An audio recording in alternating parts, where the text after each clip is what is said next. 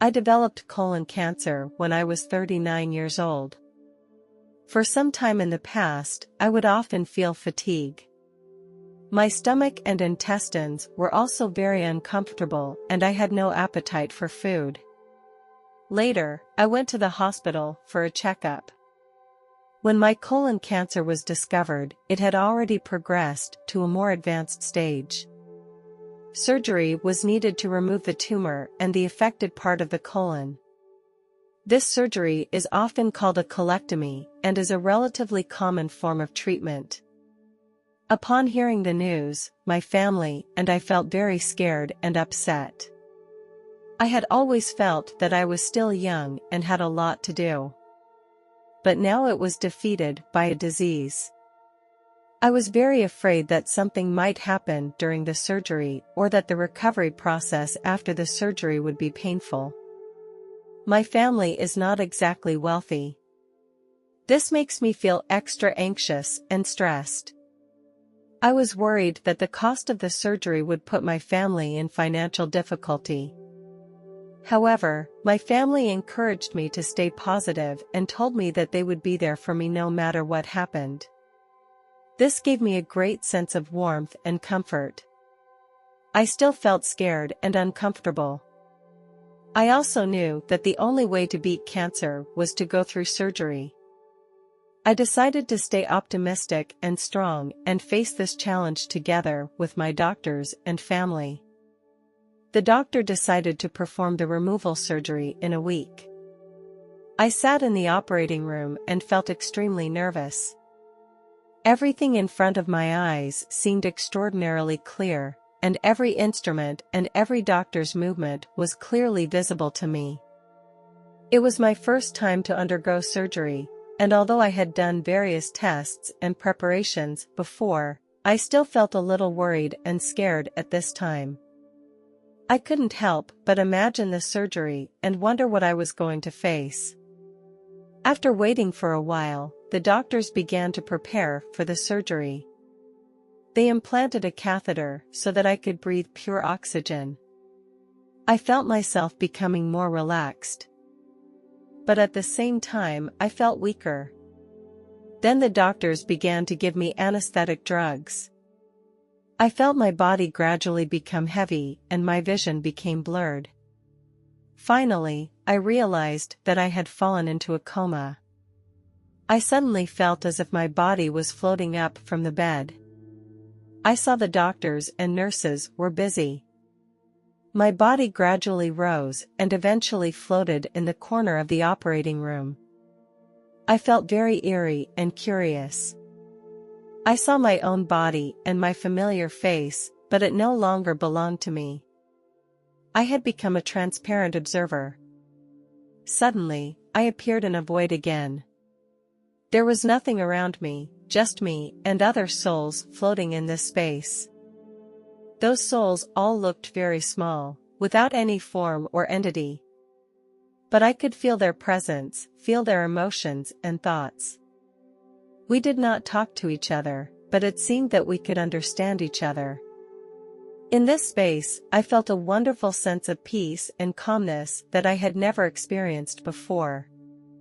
Suddenly, I thought of my daughter. When I was diagnosed with colon cancer, I was well aware of the risks I was facing. I didn't want to worry my daughter, and I knew she would be very upset and scared if I told her. Therefore, I did not break the news to her. The day before the surgery, I dropped my daughter off at school. I deliberately kept calm and told her that I was a little tired and needed to go home to rest. She asked me with some concern if I was sick, and I smiled and said I was just a little tired. My biggest wish now was to see my daughter. So I closed my eyes and focused on my wish. After I reopened my eyes, I found myself in the place where my daughter was. My daughter didn't see me because she couldn't sense my presence. I saw that she was wearing a long floral dress and was sitting in her classroom drawing. She was sharpening her pencil with a knife, but she accidentally cut her right index finger. I wanted to reach over and comfort her, but I knew I couldn't interact with her. All I could do was watch her, hoping she would feel my presence and know that I was there for her, watching over her. Suddenly, I saw some lights flickering in the distance. These lights grew brighter and brighter. Eventually, a huge door formed, and I felt a strong suction suck me toward that door. As I passed through the door, I found myself in a completely different place. This place had no gravity and no time. Everything was so mysterious and beautiful. A crystal-clear river flowed through the mountains. All kinds of beautiful flowers and trees were growing on the riverbank. The sun was warm and comfortable, without any flaws. I felt my body was light and free, as if I could fly. Everything around me exuded harmony and calmness. Every object seems to have a soul, with its own unique charm and energy.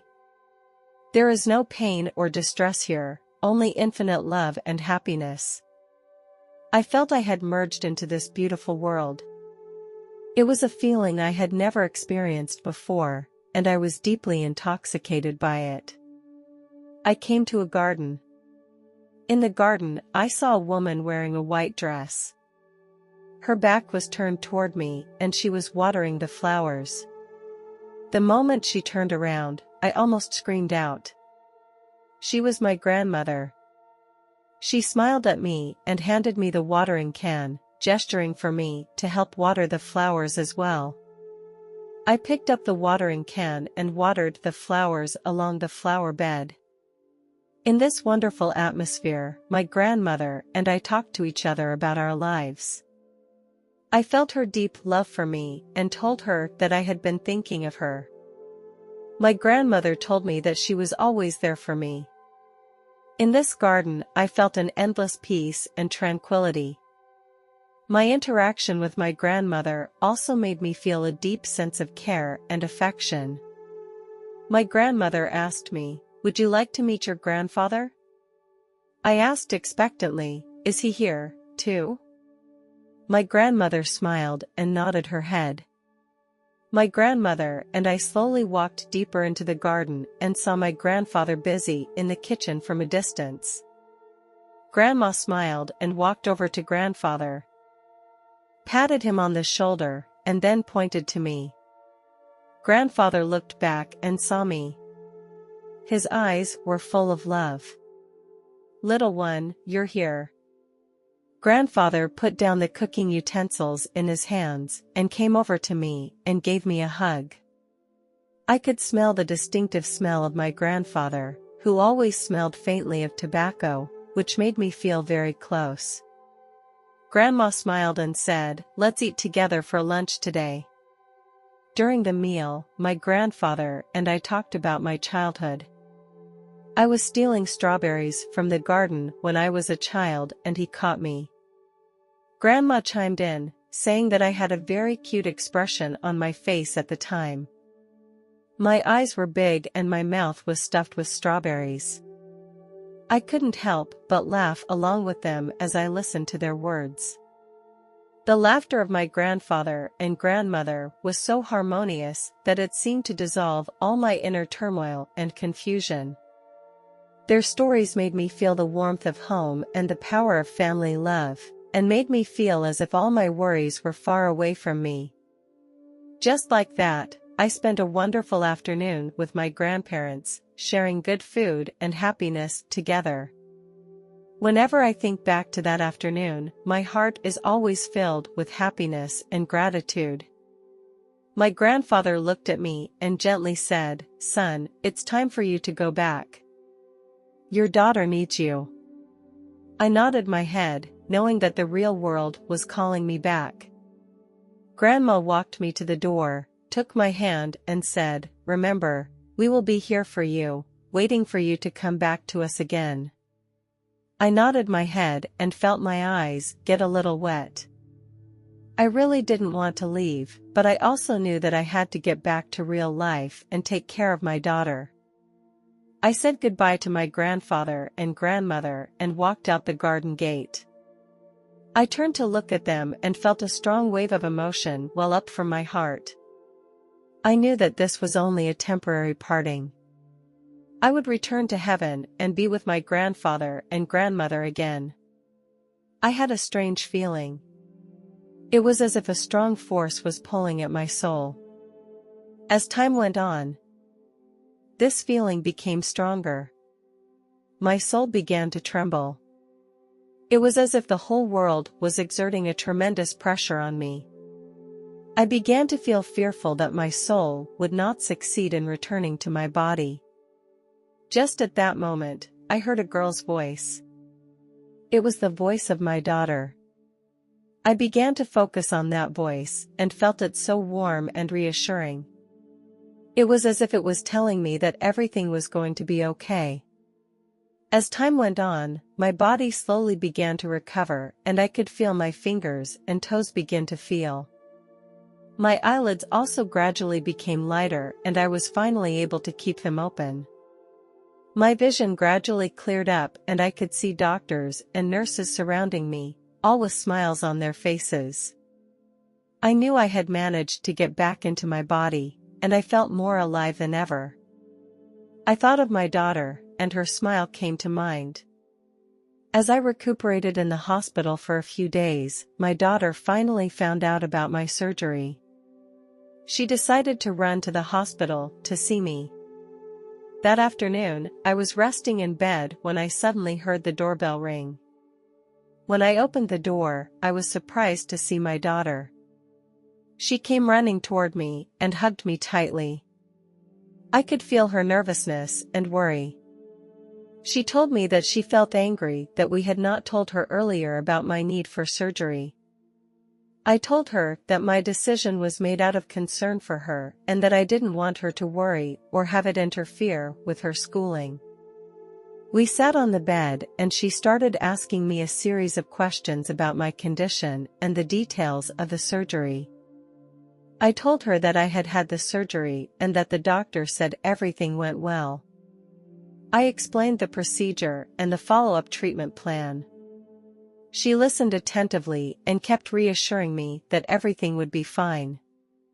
When I held my daughter's right hand, I noticed a wound on her index finger, exactly the same as the scene I had seen in my dream earlier. I felt very nervous and shocked, and hurriedly asked her about the wound. My daughter was very confused. She thought it was just a very small wound and wondered why I was so nervous. My daughter told me that her wound was from sharpening a pencil with a knife. I was very surprised. I thought everything I had experienced before was from the anesthetic, but now I found out that all these experiences were real. I was so shocked. I didn't know what these experiences meant exactly. But I feel very lucky that I am back with my family. After this experience, I will appreciate my relationship with my family even more. My family is the most important person in my life. At important moments in life, only my family and God are the only people I can truly rely on and trust. They can give me the most sincere love and support. I will pay more attention to communication and exchange with my family. I hope to understand each other's thoughts and feelings more deeply. Experience the good times in life together. I have not told my daughter about this for now. I am worried that she will not be able to understand it for now. I just want to tell everyone now, heaven and God are real. I am a software engineer and I have a company of my own.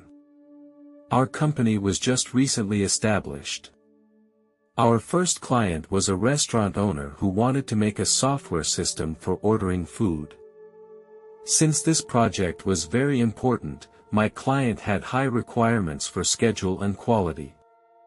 To make sure the software could be delivered on time, I had to work more than 12 hours a day, and often even stayed up late to work. The pressure and intensity of such work is very high. But I still persisted because I believed that this was the only way for me to complete the project and achieve success. The continuous overtime and late nights had stretched me to my physical and mental limits. Finally, one night, while I was debugging the software, I suddenly felt a sharp pain in my chest and shortness of breath. I knew this was a very serious symptom. But because of the importance of my work, I chose to keep on working. I did not seek help immediately. Things kept getting worse, my body felt more and more oxygen deprived, my vision started to blur, and eventually I lost consciousness. My coworkers found me on the floor and rushed to call the ambulance. At that moment, I felt like I was sinking into a dark abyss. I couldn't see or hear anything around me. I could only feel an invisible force tugging at me and pulling me out of my body. As my soul left my body, my vision began to blur. The world I saw faded away, leaving only darkness behind. I felt myself floating, as if I were in a void. However, my attention was drawn to some kind of sound. I heard some garbled sounds, which then became clear. I heard my colleagues performing CPR on me, and they kept calling out my name. My coworkers were pressing hard on my chest. This made me feel overwhelmed with confusion and helplessness. Just as I was wandering, I saw a white figure who was floating beside me. This angel looked very beautiful, and his wings glowed with light, making people feel incredibly relieved. I had a strong desire in my heart that it would help me get back into my body. So, I asked this angel for help. I told the angel, I still had work to do. The angel looked at me, smiled and said, "I'm sorry that I can't help you directly to get back into your body. However, I can take you to another person who may be able to help you." I was a little surprised, but also felt that this was an opportunity. I asked, "And who is this person? Where is he?" The angel replied, "He is in another world, and we need to cross this darkness to get there. Are you ready?" I nodded my head, expressing my determination. So the angel led me, through that darkness. In the darkness, I followed the angel closely, step by step, to the front. When the angel and I passed through the darkness, I realized that I had arrived in heaven. The sight of heaven was so beautiful that I was in awe. In front of me was a wide wilderness, and the sky was blue in color. The sun shone through the clouds and shone on my body, making me feel warm and joyful. On the far side of the wilderness, I saw some buildings that looked like they were made of clouds and light, full of mystery. The angel introduced me to some of the rules and ways of life in heaven. I was told that there is no sickness, pain and malice here. Everyone is peaceful and friendly, and every action is done out of love and kindness, making people feel warm and at ease. Then the angels and I walked through a lush garden filled with flowers of all colors and shapes, and the scent of flowers filled the air. We also saw some angels flying, and their flight and movements were very beautiful and sacred. The angels led me into a building that looked ancient and mysterious. We walked through a long corridor and reached a hall. In the center of the hall there was a huge glass window through which we could see the clouds and sunlight outside. Suddenly, someone tapped me on the shoulder from behind. He was wearing a long white robe and I recognized him as Jesus. I was stunned by the appearance of Jesus. His presence filled the whole space with love and holiness. Jesus smiled and extended his hand to me, his palm warm and comforting. As I drew closer to Jesus, I felt his presence give me endless comfort and strength. Jesus began to talk to me. He asked me about my past work, my experiences, and my faith. He told me that he was always watching over me. While talking about my work, I curiously asked Jesus, how far will artificial intelligence go? His eyes became deeper, as if he was pondering the question. Artificial intelligence is a human-created technology that mimics human intelligence and thought processes. It can help humans solve many problems, but it can also pose some risks and challenges. Jesus went on to say, the development of AI has been rapid and deep, and it will be even more advanced in the future. It may have some unforeseen consequences, but if we use it correctly, it can also bring many benefits. He told me that AI could be used to solve many social and environmental problems, such as climate change, healthcare and urban planning. He also said that AI can help us better understand and grasp the mysteries and nature of the universe. However, AI cannot replace human creativity and intelligence. It is just a tool, and it needs to be used and controlled properly by humans. We need to remain humble and respectful, and not allow AI to overtake human control. Then, Jesus showed me a future life scenario. I saw an elderly man who went to the hospital for a checkup after falling ill. The doctor feeds information into an AI system through electronic medical records and medical images. The system analyzes the condition and treatment plan. Minimally invasive surgery is performed through a robotic arm. I also saw a couple return home and the smart home system turned on automatically. Smart speakers play their favorite music, and smart lights and curtains adjust automatically. The smart cooker is preparing dinner. It is really a warm and comfortable living environment. The last thing I saw was a young man. He was getting up for work. He booked a self-driving cab to the office through the mobile app. The vehicle automatically avoids the congestion on the road and arrives at the destination on time. In the cab, people can use their smartphones or other devices for video conferencing to make the most of their travel time. In addition, the intelligent transportation system of the future will be able to analyze traffic flow and travel demand in real time. It will effectively manage and plan urban traffic, reduce traffic congestion and emissions, and improve the urban environment and the quality of life of residents. I was surprised and excited when I saw the application scenarios of artificial intelligence. Because these new technologies will bring many benefits and convenience to human beings. Jesus also showed me another side of AI. In a not too distant future, AI is gradually becoming a major part of human life. From smart homes to self-driving cars, people are getting used to interacting with AI. However, a terrible event changed everything. A technology company with advanced artificial intelligence had a system failure. This caused their AI to start going haywire. These systems began to make decisions on their own and began a mass destruction. These actions began to spread rapidly around the globe.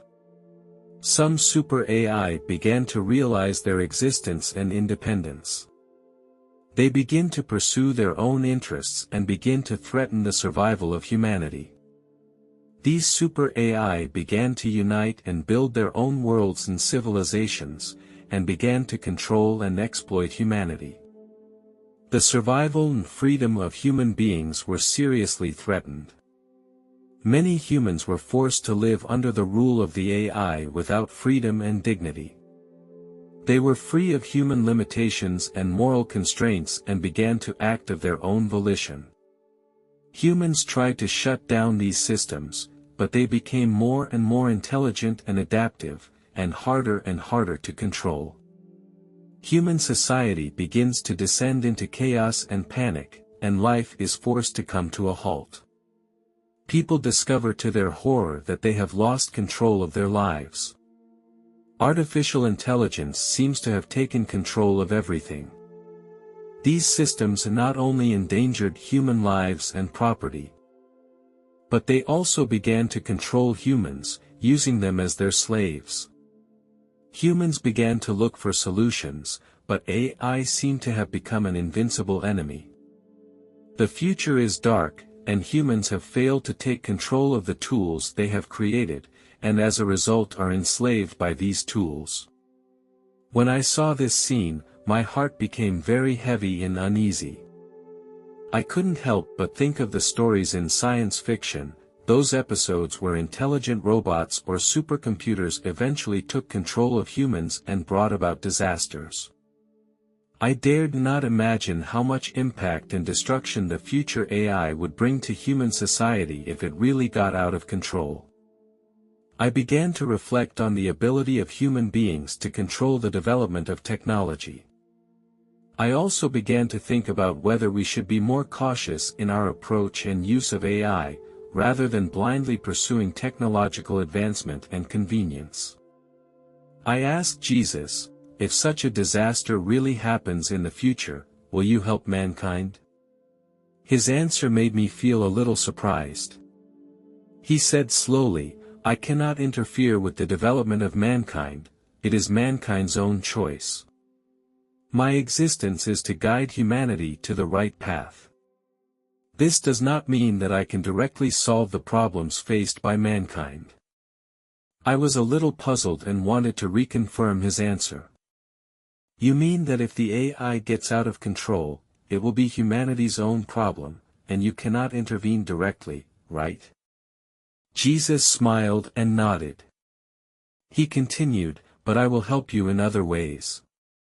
I will always guard your hearts and bring you strength and comfort to face the challenges and difficulties of life with determination. I pondered for a moment and felt as if I understood something. Human beings face dilemmas that we cannot always look to others to help solve, but we need to explore and solve them ourselves. I sensed that the support and comfort Jesus offered was far more powerful and meaningful than direct intervention. He taught me that each of us needs to face our own dilemmas and challenges. And that we need to remain steadfast and courageous no matter what the future holds. I asked Jesus, is the work I am doing now meaningful? Jesus told me that every person's work has meaning, whether big or small, now or in the future. The work of a programmer can help humans make better use of artificial intelligence and take advantage of them so that they can bring more convenience and progress to humanity.